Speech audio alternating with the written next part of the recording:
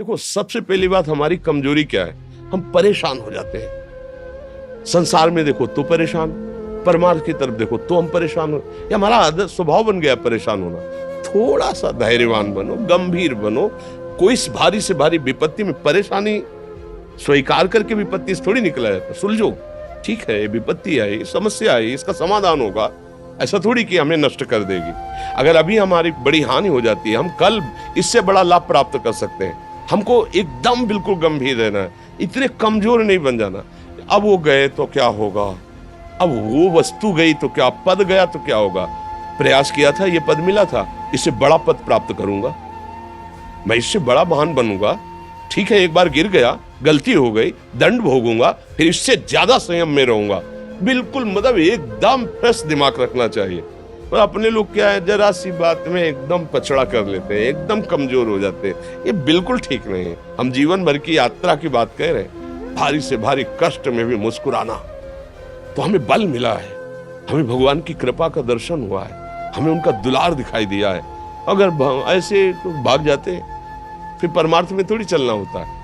आज जो आप सुन करके लाभ लेने की चेष्टा कर रहे हो ना, ये केवल प्रवचन नहीं है, ये जीवन है। अगर ये जिए ना होते ना तो ये इसका प्रभाव नहीं पड़ता, फिर वाणी का प्रभाव नहीं पड़ता। हम इसीलिए कहते हैं, जैसे आप लोग एकदम परेशान हो जाते हैं, जब बोलो क्या हमसे ज्यादा परेशानी होगी, दोनों किडनी खराब, दवाई लाने के लिए पैसे नहीं, पानी रखा है हम उठ के पी नहीं सकते, भीषण शरीर में कष्ट, भीषण बुखार, क्योंकि किडनी फेल, जरा में बुखार, खाने को क्या, रोटी मांग के लाओ। अगर वहां सब्जी मिलती तो लाल मिर्च ऐसी पड़ के मिलती थी कि पा नहीं सकते थे। आप सोचो, पानी लाना है तो मुझे लाना है, पीना है तो मुझे पीना है।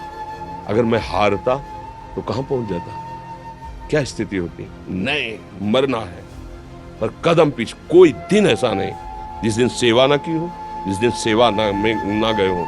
गुरु जी की सेवा में जाना है, पहले अपने को स्वस्थ साबित करना है, नहीं वो सेवा नहीं लेंगे।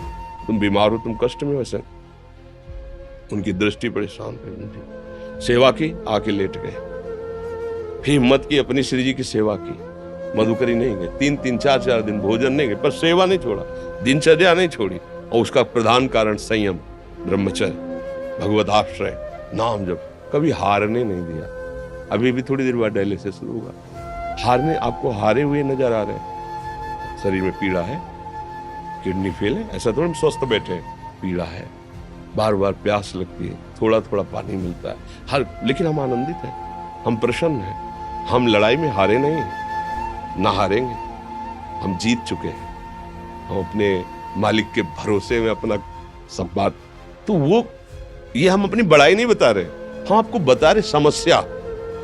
सोचो, तुम्हारे पास तो माँ है, भाई है, बहन है, परिवार है, कोई ना कोई तो है ना। मेरा किसी ने कभी जीवन में ध्यान भी नहीं दिया, क्यों? बचपन से बाबा जी बन गए, किसी से प्यार नहीं, किसी से संबंध नहीं, कोई जानकारी नहीं, हम कहाँ हैं, वो कहाँ, किसी से कोई मतलब नहीं। अच्छा, जवान साधु कौन श्रद्धा करे? कभी गांव जाने की हिम्मत नहीं पड़ती कि रोटी मांग ले, पता नहीं लोग क्या सोचेंगे, क्या भावना कर ले। हम दरवाजे पे खड़े हैं, क्या कैसी भाव, जो हमारे सामने आकाश वृत्ति से आया यौवन अवस्था में, वही पाया, अन्यथा भूखे रह गए। जब हम हर समय अपने को विवेक के द्वारा सावधान रखे, तो हम कभी निराश नहीं हुए, कभी उदास नहीं हुए, कभी ऐसा नहीं लगा कि यार हम दुखी, कभी नहीं लगा। उसी का फल है कि उस सुख का संकेत मिल गया जहां दुख की निशानी भी नहीं है, वही उसी के बच्चे हो। हम सब उसी धातु से बने हुए हैं। हम इतना क्यों परेशान हो जाते हैं? हम ये देखते हैं, अपने लोग थोड़ी बात बिगड़ गई परेशान, नहीं बिगड़ी तो बिगड़ जाने की संभावना में परेशान है। आज सुख है, लेकिन कल सुख छिन जाएगा, तो हम आज के सुख में सुखी ना होकर कल के दुख की आने की संभावना में हम भयभीत हो। मतलब क्या हमारी सोच रह गई? हमको इतना बलवान बनना है कि सुख और दुख दोनों हमको छू न सके। भारी से भारी सुख की व्यवस्था है तो अहंकार नहीं, हर्षित होकर किसी का अपमान न करे कि हम धनी, हम पदाधिकारी, अमुक। भारी से भारी दुख आया तो हमें किसी के सहयोग की जरूरत नहीं, हम फिर अपने कदम बढ़ाएंगे, हम फिर जुड़ी हुई अपनी भावनाओं को सजाएंगे। मस्त जीवन, एकदम तुम अविनाशी के बच्चे हो। शेर का बच्चा भेड़ों के बीच में फंसकर म्यों म्यों बोल रहा है, बस अगर दहाड़ना सीख जाए तो कोई भी उसे परास्त नहीं कर सकता। ऐसे भगवद अंश, तू प्रपंच में फंसकर अपने को इतना दीन क्यों देख रहा है? तू ऐसा है कि भगवान के दिव्यास्त्र में भी ताकत नहीं तेरे को मार सके। तू अविनाशी का अविनाशी बच्चा है, विनाशी भोगों को, विनाशी शरीर को मैं मान के इतना भयभीत, इतना दुख, ठीक नहीं। ये सबके लिए, केवल एक के लिए नहीं। आप समझो, आप लोग सोचते हैं हम गृहस्थ होकर भला ऐसी स्थिति कैसे। जनक जी सुखदेव जी के गुरु हैं और राजा हैं, महल है, रानियां हैं, नौकर है, चाकर।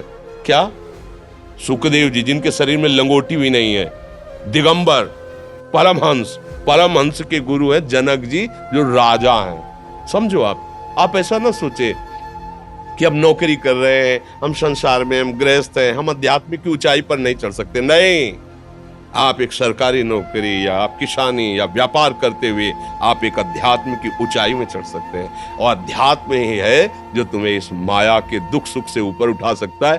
दूसरा, चाहे जितनी संपत्ति आ जाए, आप सुखी नहीं हो सकते। सब देख लो, आंख खोल के देख लो, अध्यात्म ही है जो तुम्हें हर कष्ट सहकर मुस्कुराकर जीने का रास्ता बता देगा कि आप आनंदित हो जाओगे। कुछ नहीं बिगड़ा, अध्यात्म है तो कुछ नहीं बिगड़ा, अध्यात्म नहीं है तो कुछ नहीं बना, कुछ हाथ नहीं लगने वाला।